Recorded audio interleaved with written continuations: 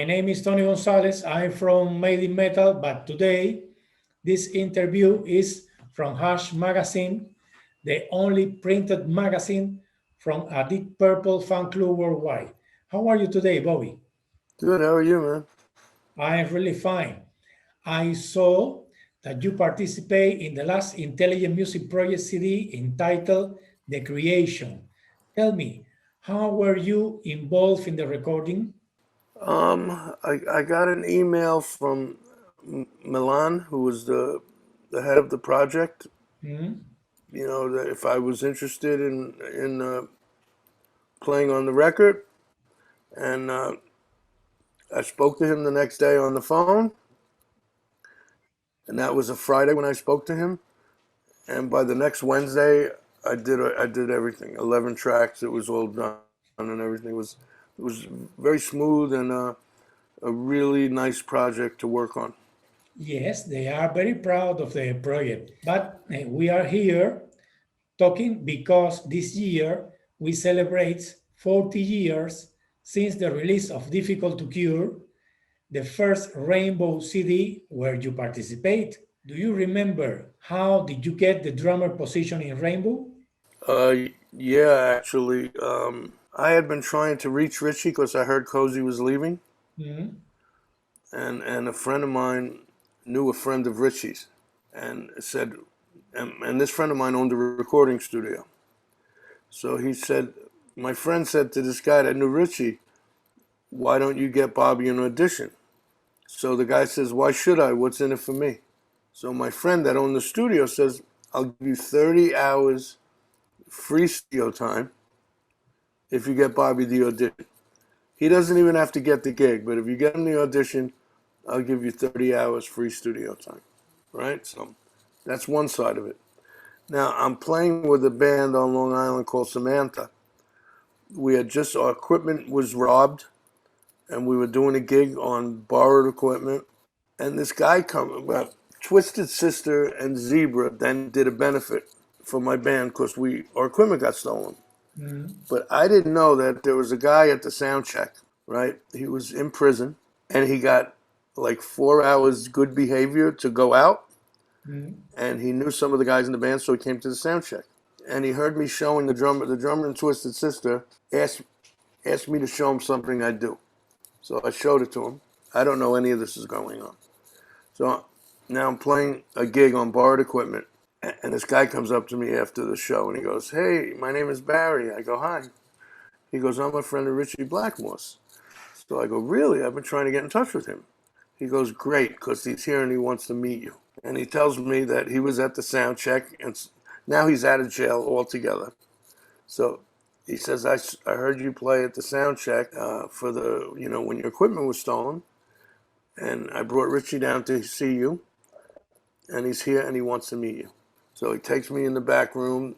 I meet Ritchie. And Ritchie says, and I was up for the gig at Kiss at the same time.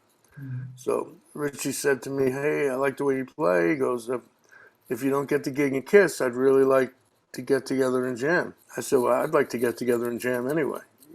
You know, this is the kind of music I'm into."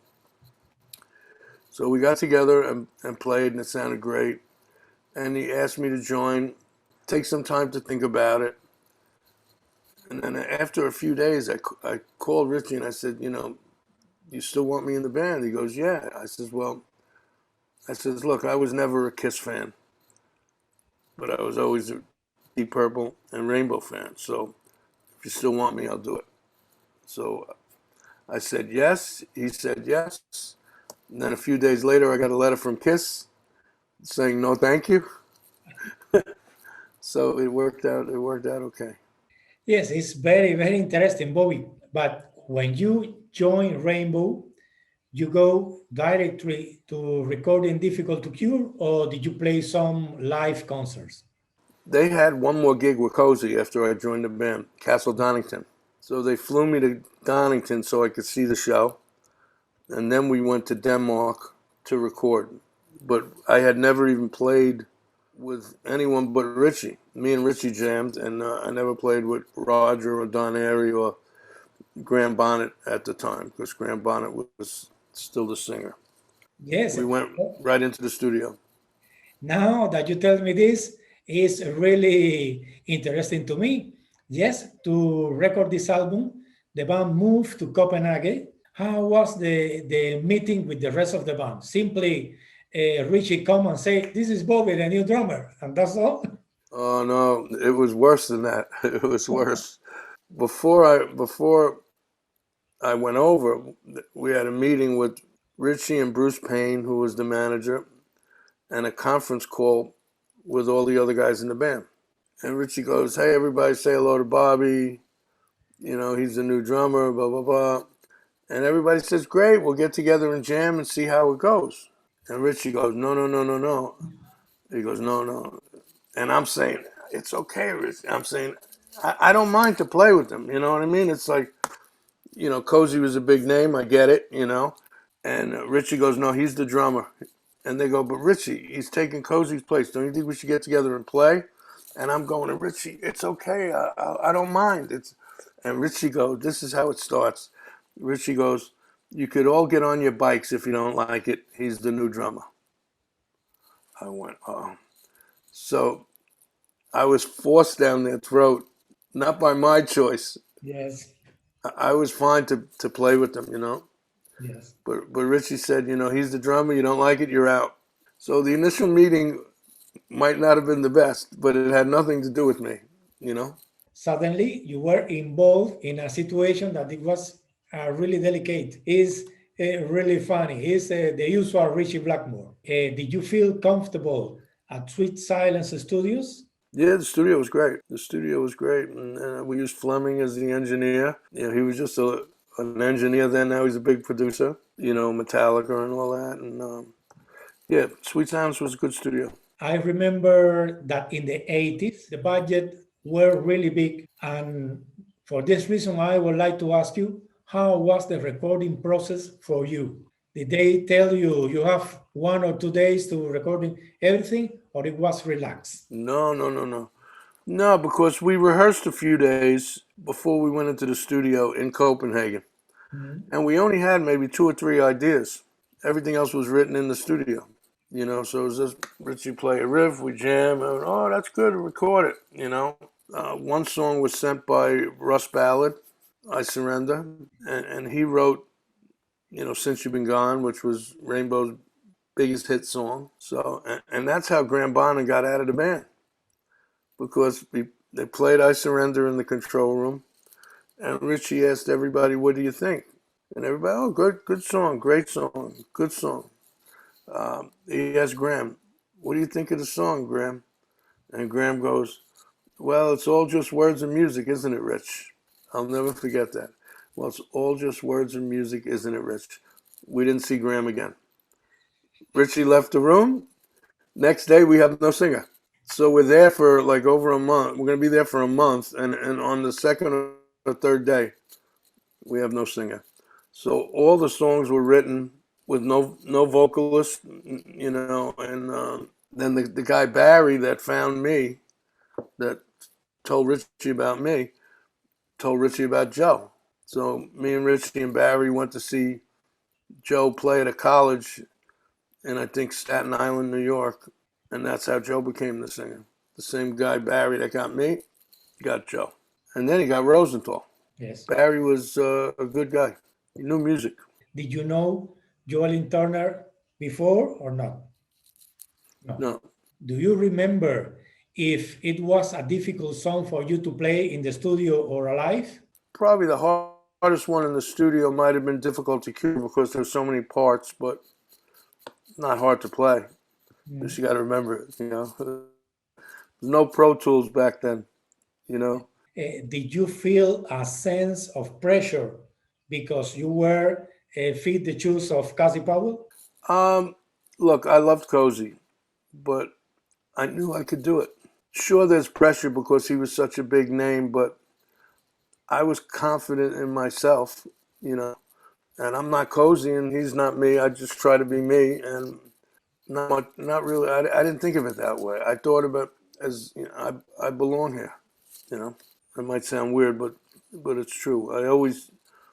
I when I was a kid, I would never say if I make it. Mhm. I would say when I make it, I'm gonna do this or that. You know what I mean? And Yes. yeah, but I loved Cozy. I thought Cozy was great. Absolutely, and we were friends. The first time Rainbow was in Spain was in 1981. There was a concert on July the 3rd in Barcelona and July the 4th in Madrid with UFO and Def Leppard. Do you have special memories about those concerts?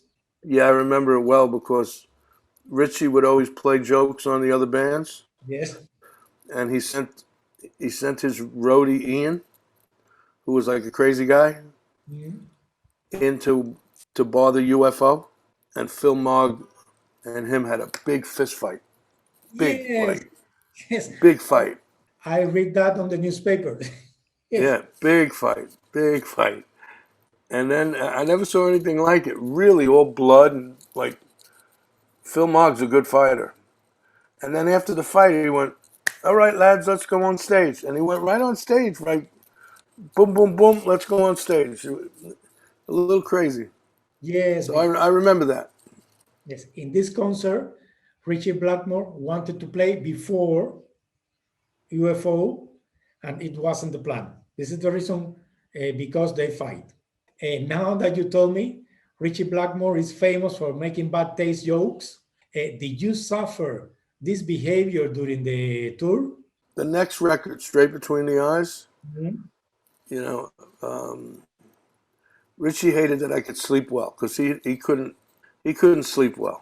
Mm. So we all had our own room. We had a house, a guest house in Canada, and he got a boombox. You know the song "Rolling the Ball" by Kate Bush.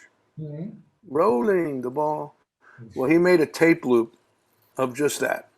Rolling the ball, rolling the ball, rolling, and would put it outside my fucking room to wake me up every morning because he was up and didn't think I should still be sleeping if he couldn't sleep. So yeah, he was always doing something. He was always doing something. And one night we took, and it was snowing. We took everything out of Dave Rosenthal's room Yes. and set it up outside in the snow, just like his room. The bed, the table, the lamps, chairs. He came down to breakfast the next morning. He was freezing because he had to take everything in himself, and it was out in the snow. He was cold. But Richie always liked to do crazy things like that. Yes, now that you told me, Bobby, I know that you also record Straight Between the Eyes in 1982. So, and tell me, when did you leave Rainbow and why? It was just becoming time. Richie's like a vampire. We were very close for a couple of years. Then we started not to be so close. He always likes new blood, and I don't know why. I lasted more than most. I don't know, but it was a great experience for me. Yes, but it was a friendly farewell, a I friendly don't think goodbye. farewells are ever that friendly. You know what I mean? Yes. It was what it was. So, Bobby, taking account your musical career, do you think that playing in Rainbow was a good resume to be taken later in bands like Black Sabbath or Blue Oyster Cult? Of course, when you play with Richie, he puts you on the map. You know what I mean? Because Richie was known for playing with great musicians. So you play with Richie, now you're going to get noticed. Whether they like you or not, people are going to look. They're going to pay attention and go, oh, he's okay or not so good. But yeah, best thing I ever did. Best thing I ever did was join Rainbow. Yes, I have the idea that Tony Iommi, for a reason that I don't understand, he always wants to take musician that comes from Deep Purple or Rainbow. Ronnie James Dio, Glenn Hughes, you. So why Because is that? Richie never really made bad musical decisions as far as musicians. I mean, every Black Sabbath lineup was not and I'm not going to name names, like pristine, like perfect. But Rainbow was always great. Whether you might have liked this version better than this version, but they were always very good. Yes. And Ritchie, as far as singers, he went from Ian Gillan to David Coverdale and Glenn Hughes together. Smart move. Graham Bonnet, which you wouldn't figure was the best fit, actually had the biggest song. Since You're Gone was the biggest Rainbow song. Yes. Then he found Joe, right? Then Ronnie Romero, and Doogie White. And he always picked good guys. Ritchie had a good eye for talent. Do you have some plans for 2021 or 2022? I think I'm going to be doing the next Intelligent Music album. And with Axel, Rudi, Pell, we're doing we just released a cover album. And that came out last month or a few weeks ago. We're going to do an actual band album again towards the end of the year, which is nice. Hopefully tour then, after in 2022. And right now I'm co-producing a project, a Leslie West tribute album. Good. Very You good. know Leslie from Mountain. Yes. Yeah, and we got some cool guys on it. We got Slash, we got George Lynch from Dokken, we got Robbie Krieger from The Doors, Randy Bachman from Bachman Turner Overdrive, Elliot Easton from The Cars, Steve Morris from Deep Purple, Charlie Starr, the Megadeth guitar player. Dave Mustaine? What's his name? No.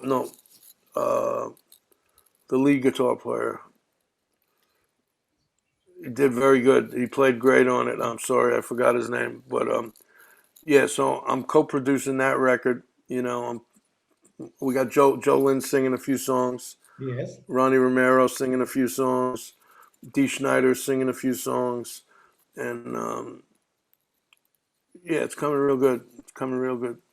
So thank God I've been busy. So, Bobby, thank you very much for your time. I appreciate this interview.